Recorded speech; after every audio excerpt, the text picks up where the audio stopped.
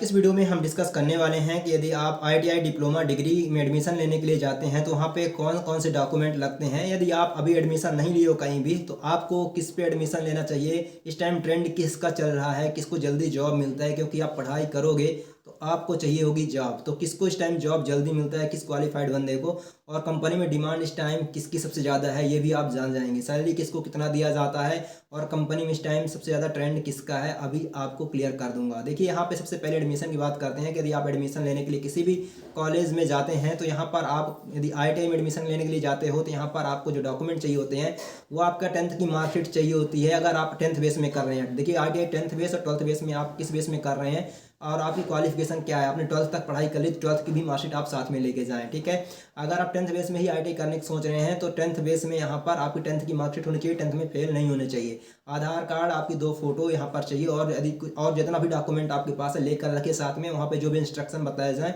दे दीजिए। अब यहाँ पर डिप्लोमा में भी जो भी क्वालिफिकेशन है आपकी, 10th बेस में भी डिप्लोमा होता है, 12th बेस से भी यदि होता है, यदि आपकी क्वालिफिकेशन 12th है तो देखिए यहाँ पे 10th बेस में यदि आप कर रहे हैं तो आपका सेम प्रोसीजर रहेगा। 10th की मार्कशीट होनी चाहिए और 12th बेस में 12th की मार्कशीट होनी चाहिए, फेल नहीं होना चाहिए। और बाकी आपके जो डॉक्यूमेंट है आप लेके रहिए। आधार कार्ड मेन इंपॉर्टेंट है, इसको तो लेकर ही रखिए। अपने मोबाइल नंबर, अपना एक ईमेल आईडी, अपनी 2 फोटो, ये इंपॉर्टेंट है सबके लिए। ठीक है, कॉमन है, डिग्री वालों के लिए भी यही इंपॉर्टेंट है। लेकिन तीनों में इस टाइम ट्रेंड किसका चल रहा है, किसका ज़्यादा डिमांड है इस टाइम कंपनी में, वो जान लेते हैं। तो देखिए यहाँ पे अगर हम बात करें कि यहाँ पे जो डिप्लोमा का बंदा होता है उसको जो पोस्ट दी जाती है वो भी एक जूनियर इंजीनियर की पोस्ट दी जाती है, और बीटेक का जो बंदा होता है उसको एक सीनियर इंजीनियर की पोस्ट या असिस्टेंट इंजीनियर की पोस्ट दी जाती है। तो जो जूनियर इंजीनियर का जो पोस्ट दिया जाता है वो सेम टू सेम जो डिप्लोमा का बंदा होता है वही काम करता है जो एक इंजीनियर यानी असिस्टेंट इंजीनियर यहाँ पर कर रहा होता है। वो सेम काम एक डिप्लोमा का बंदा भी कर लेता है जो बीटेक का बंदा करता है। इसकी वजह से इस टाइम डिमांड जो है थोड़ा कम है बीटेक का। आईआईटी लेवल में या आईटी लेवल से क्वालिफाइड बंदा है तो उसकी डिमांड है आज भी, ठीक है, बीटेक के बंदे की। लेकिन यदि यहाँ पर नहीं है, इसकी क्वालिफिकेशन यहाँ से नहीं है, तो डिप्लोमा का डिमांड सबसे ज़्यादा है। अगर इन दोनों में कंपैरिजन करें तो डिप्लोमा को जल्दी कंपनी प्रेफर करती है, कंपनी गेट से भी डिप्लोमा के बंदे को हायर कर लेती है। लेकिन बीटेक के केस में ऐसा नहीं है, आपको अप्लाई करना होता है रियल तरीके से, रेफरेंस लगाना होता है, ऑनलाइन अप्लाई करना होता है, कैंपस के थ्रू होते हैं आप, तब होता है फिर आपका। अब डिमांड की अगर बात करें तो इस टाइम ट्रेंड जो है आईटीआई का ही चल रहा है। आईटीआई में क्या है कि यहाँ पर किस कंपनी को वर्कर या ऑपरेटर नहीं चाहिए होते हैं। ठीक है, तो यहाँ पर आईटीआई बंदा जो है टेक्निकल होता है और उसे एज ऑपरेटर हायर किया जाता है किसी भी कंपनी में और वो काम करते हैं। इसकी वजह से आईटीआई की डिमांड सबसे ज़्यादा है। और आईटीआई का जो लड़का होता है यहाँ पर टेक्निकली नॉलेज होने की वजह से कोई काम में मिस्टेक नहीं करता है, जिसकी वजह से यहाँ पर इनको कंट्रोल डिप्लोमा का लड़का करता है। और डिप्लोमा और आईटीआई दोनों को कंट्रोल जो है बीटेक का लड़का करता है। लेकिन यहाँ पे क्या दिक्कत यहाँ पे है कि कंपनी में बीटेक की डिमांड कम रहती है।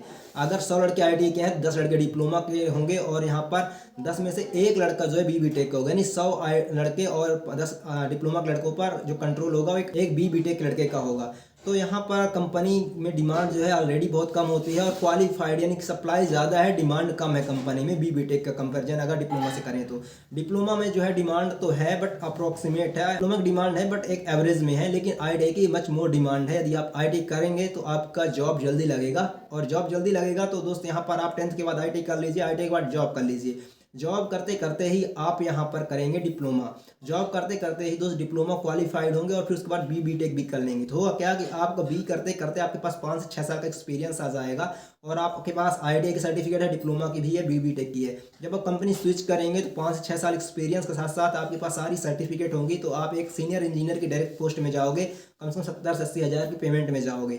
लेकिन यदि आप सोचो कि मैं डायरेक्ट कर लूँ बीटेक या डायरेक्ट डिप्लोमा कर लूँ, डायरेक्ट आईटीआई करके किसी कंपनी में जाऊँ, तो देखो फिर इसमें प्रॉफिट किसी का नहीं है। आप एक सीक्वेंस से करते जाएँ चीज़ें, पहले आईटीआई कर लें। अगर आप अभी कुछ नहीं किए हो, करने की सोच रहे हो, जा रहे हो एडमिशन के लिए, तो पहले आप आईटीआई में एडमिशन लो, उसके बाद आप वहाँ पर आईटीआई कंप्लीट करो, जॉब कर लो, किसी कंपनी में ट्रेनिंग लो, जॉब कर लो, उसी कंपनी में आप लगे रहो, और डिप्लोमा कर लो, उसी कंपनी में लगे रहो, डिग्री कर लो। 4 से 5 साल जब आप किसी कंपनी को देते हो और कंपनी स्विच करोगे तो वो कंपनी दूसरी कंपनी ये भी देखती है इस बंदे ने पिछली कंपनी में इतना टाइम दिया है, मतलब इसके अंदर पोटेंशियल है, इसके अंदर पेशेंस है, ये कंपनी में रुक कर काम टिक कर काम करता है, जिसकी वजह से आपकी सैलरी आपकी डिमांड के अकॉर्डिंग भी लगाई जाती है। एक्सपीरियंस प्लस सर्टिफिकेट, वो भी हाई लेवल का सर्टिफिकेट, बीटेक तक का आपका सर्टिफिकेट आपके पास होता है। सैलरी होता है यहाँ पे 70 से 80 हज़ार तक पे कर दिया जाता है कंपनी के द्वारा, और आप डिमांड रखते हैं तो आपके ऊपर है, आप कितना प्रैक्टिकल स्किल एक्वायर किए हैं, कंपनी से क्या क्या चीज़ें सीखे हैं, मैनेजमेंट की स्किल क्या क्या आपने एक्वायर की है, सब कुछ ये देखा जाता है। सो आई होप आपका ये डाउट क्लियर हो जाता है। अगर रिस्पॉन्सिबिलिटी की बात करें, सैलरी की बात करें, ऑलरेडी इस पे वीडियो बना हुआ है, आप जाकर हमारा प्लेलिस्ट विजिट कर सकते हैं। थैंक यू, चैनल विजिट करने के लिए आपका बहुत बहुत धन्यवाद।